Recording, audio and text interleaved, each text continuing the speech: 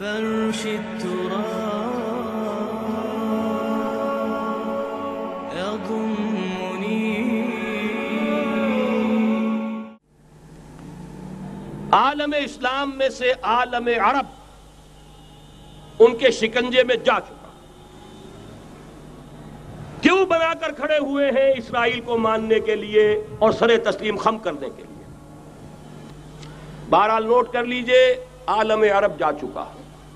کوئی دن کی بات ہے، میں سنسنی پیدا نہیں کرنا چاہتا، لیکن حالات اور واقعات سے نگاہیں بند کرنا بھی کوئی دانش مندی کی بات نہیں ہے. یہ ایودھیا کی مسجد شہید کی گئی، ابھی یہ ایک بہت بڑا مزار جو ہے شہید کیا گیا، اور اس کے ساتھ کئی مسجدیں شہید کی گئی. یہ سب کیا ہے؟ یہ مسلمانوں کی نفس دیکھی جا رہی ہے کہ کوئی غیرت اور حمیت نام کی کوئی شے باقی ہے.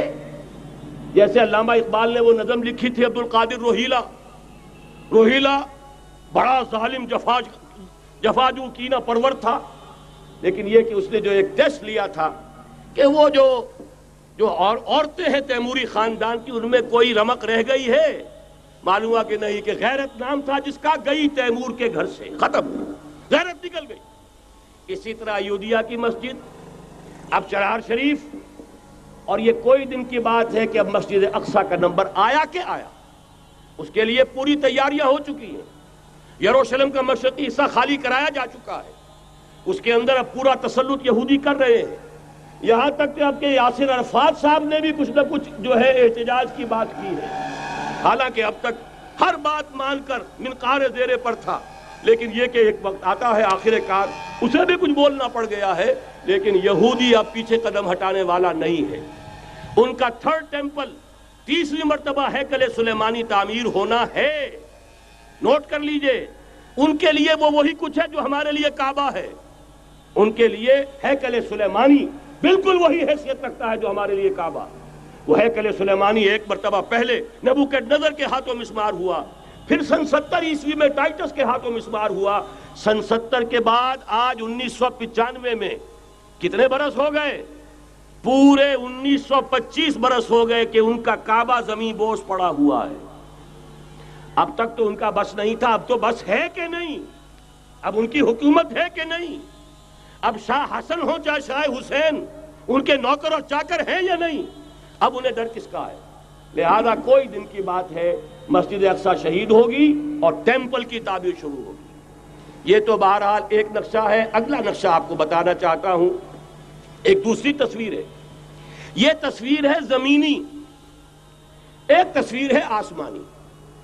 وَمَكَرُوا وَمَكَرَ اللَّهُ وَاللَّهُ خَيْرُ الْمَاكِرِينَ.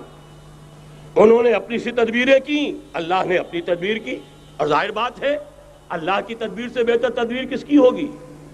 چنانچہ یہودیوں کی سازشیں اس وقت بھی ناکام ہوئی تھی یا نہیں؟ ظاہر بات ہے جاء الحق وزهق الباطل ان الباطل كان زهوقا. لہذا یہ آیتیں دونوں اعلان کر رہی ہیں کہ یہودیوں کی سازشیں بالآخر ناکام ہوں گی اور دین حق کا بول بالا ہو کر رہے گا. یہ تو ان آیتوں سے ظاہر ہے. یریدون لیطفئوا نور اللہ بافواہہم واللہ متم نورہ ولو کرہ الکافرون. یریدون ان یطفئوا نور اللہ بافواہہم ویابى اللہ الا یتم نورہ ولو کرہ الکافرون. هو الذی ارسل رسولہ بالہدی ودین الحق لیظہرہ علی الدین کلہ ولو کرہ المشرکون. اللہ نے تو بھیجا ہی ہے اپنے رسول کو اس فیصلے کے ساتھ اور یہ ذمہ داری اور مشن دے کر کہ جو دین حق آپ کو دے کر بھیجا جا رہا ہے اسے غالب کیجئے، نافذ کیجئے، قائم کیجئے. اس مشن کے ساتھ بھیجا جا رہا ہے. قرآن کہتا ہے ببانگ دول وما ارسلناک الا کافۃ للناس بشیرا ونذیرا. اے محمد صلی اللہ علیہ وسلم، ہم نے نہیں بھیجا ہے آپ کو مگر پوری نوع انسانی کے لیے بشیر اور نذیر بنا کر. تو جان لیجئے کہ یہ مقصد بعثت محمدی صلی اللہ علیہ وسلم بتمام و کمال اس وقت پورا ہوگا جب کل عالم انسانیت پر، کل روئے ارضی پر اللہ کا دین اسی طرح غالب ہو جائے گا جس طرح کہ محمد رسول اللہ والذین معہ صلی اللہ علیہ وسلم ورضی اللہ تعالی عنہم اجمعین، ان کے ہاتھوں سے، ان کے ایثار سے، ان کی قربانیوں سے، جن کا نقشہ آپ کے سامنے مولانا کھینچ چکے ہیں، ان کی احسان، ان کی قربانیاں، ان کی محنت، ان کی جفاکشی، ان کی سرفروشی، ان کے جان تن من دھن لگا دینے کے نتیجے میں جیسے اس وقت غالب ہوا تھا، کل روئے ارضی پر غالب ہوگا، تب کہیں جا کر مقصد بعثت محمدی مکمل ہوگا۔ یہی وجہ ہے اقبال نے کہا تھا وقت فرصت ہے کہاں، کام ابھی باقی ہے، نور توحید کا اتمام ابھی باقی ہے۔ لیکن ساتھ ہی خوشخبری بھی دی تھی، یہ چمن معمور ہوگا نغمہ توحید سے، آئے گا وہ دور، یہ چمن معمور ہوگا نغمہ توحید سے، لازماً آ کر رہے گا۔